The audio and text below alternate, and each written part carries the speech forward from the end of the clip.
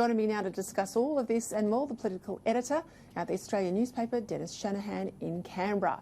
Well, it just doesn't stop, does it, Dennis? You could just write a column every hour at the moment with the shenanigans. What do you make of where the National Party got to at the end of last week? And you had a big story on the weekend that Barnaby Joyce has really not ruled out, certainly left open the door, sitting as a rump away from the formal National Party under McCormack. And where's it all got to then over the weekend to where we are today and this new news in relation to Llew O'Brien? Oh, well, look, I think the sign from Llew O'Brien today and his election as Deputy Speaker against the wishes of the government, against Michael McCormack's choice as Deputy Speaker. And as you say, these are very sought-after positions. This involves $42,250 a year extra. It's a pay rise, so people are keen to get it. But the point that the Nationals were making was that even this position of Deputy Speaker, Michael McCormack wanted to ensure that he gave it to one of his supporters. There wasn't even an olive twig offered to the dissenters in the party room, and Michael McCormack continues to refuse to make any attempt at reconciliation or healing the rifts in the party room. As a result, we've actually seen a fairly chaotic parliamentary scene this afternoon. Labor obviously realised there was the opportunity to highly embarrass the government, and I can't remember, and I can't find anyone else who can remember, and that's quite a while, of a government losing a vote on a Speaker's position. Now, and that was even including Julia Gillard's minority government. Correct. When they were playing all sorts of games with the Speaker. I thought of that too. Yes. So I think the danger now for Michael McCormack is clearly this. The leadership bid didn't end last week with Barnaby Joyce's defeat. It is continuing.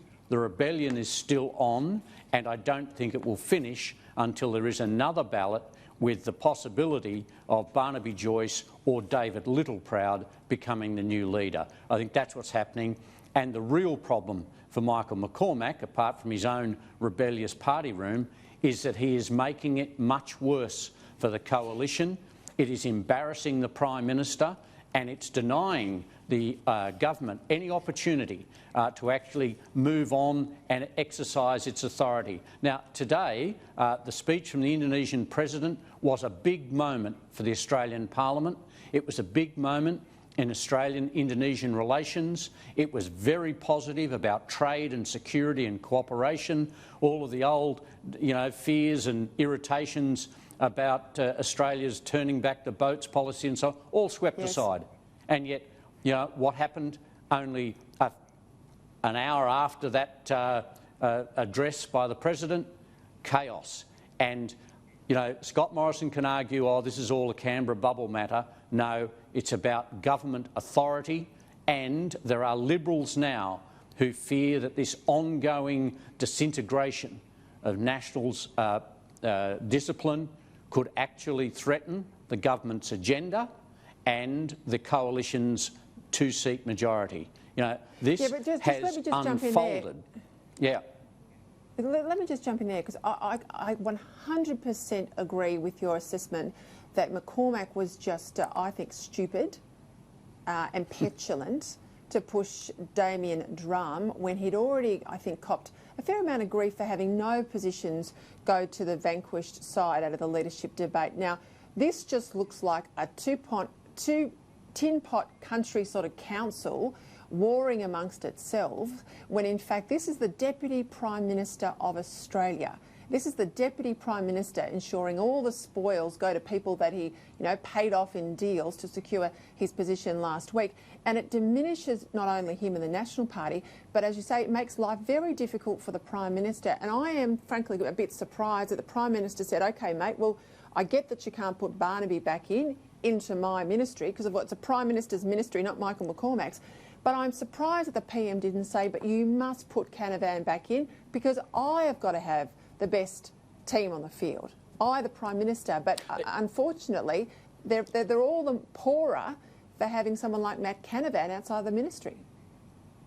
Oh, this is absolutely true, and Scott Morrison himself, at the appointment of the new members, the ones promoted by Michael McCormack, actually said how sorry he was to lose Matt Canavan as a minister and what a great job he'd done, what a passionate job he'd done during the election. I mean, it was pretty clear where the Prime Minister thought the promotion should be.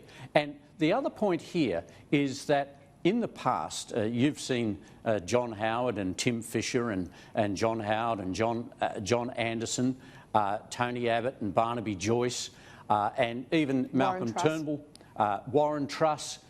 This is where the Prime Minister hasn't actually had to tell the leader of the National Party what to do. They talk about it and then they come to a coalition decision. Now, the problem now for Scott Morrison is that Michael McCormack's in trouble in the Nationals Party room because he's seen as doing whatever Scott Morrison tells him. And now if Scott Morrison tells him to do something and he does it, then Scott Morrison's in further trouble. This is diabolical. It is a vicious circle, and I think that it's just going to go on. I know a couple of weeks ago, Peter, when this first started up, we started saying, are we actually going to look at another ballot further down the path where the two candidates are Barnaby Joyce and David Littleproud? And I think that's the way we're heading, and it may be sooner rather than later. There were some who thought that the Queensland state election may trigger a change in the federal atmosphere, particularly if the Katter Party gains big ground in Queensland. It will unsettle all of the Queensland MPs. And now, this evening, we've seen Ken O'Dowd saying, oh yes, Barnaby should have another crack. Well, this is look, there'll be pressure. There'll be pressure now. There was, I think, pressure to hold the line until October, till the Queensland election's out of the way. I think there'll be increasing pressure to deal with this issue before you get to the Queensland campaign, not after. But anyway, all the while Richard Marles and the CFMEU and Labor are all on different pages when it comes to emissions reduction and energy and nuclear power and the whole lot. We could go on all night, Dennis Shanahan. Got to leave it there, but you go back, because I'm sure there'll be more happening tonight and into tomorrow. I'll do another comment. Yeah, thanks for your time. Thanks.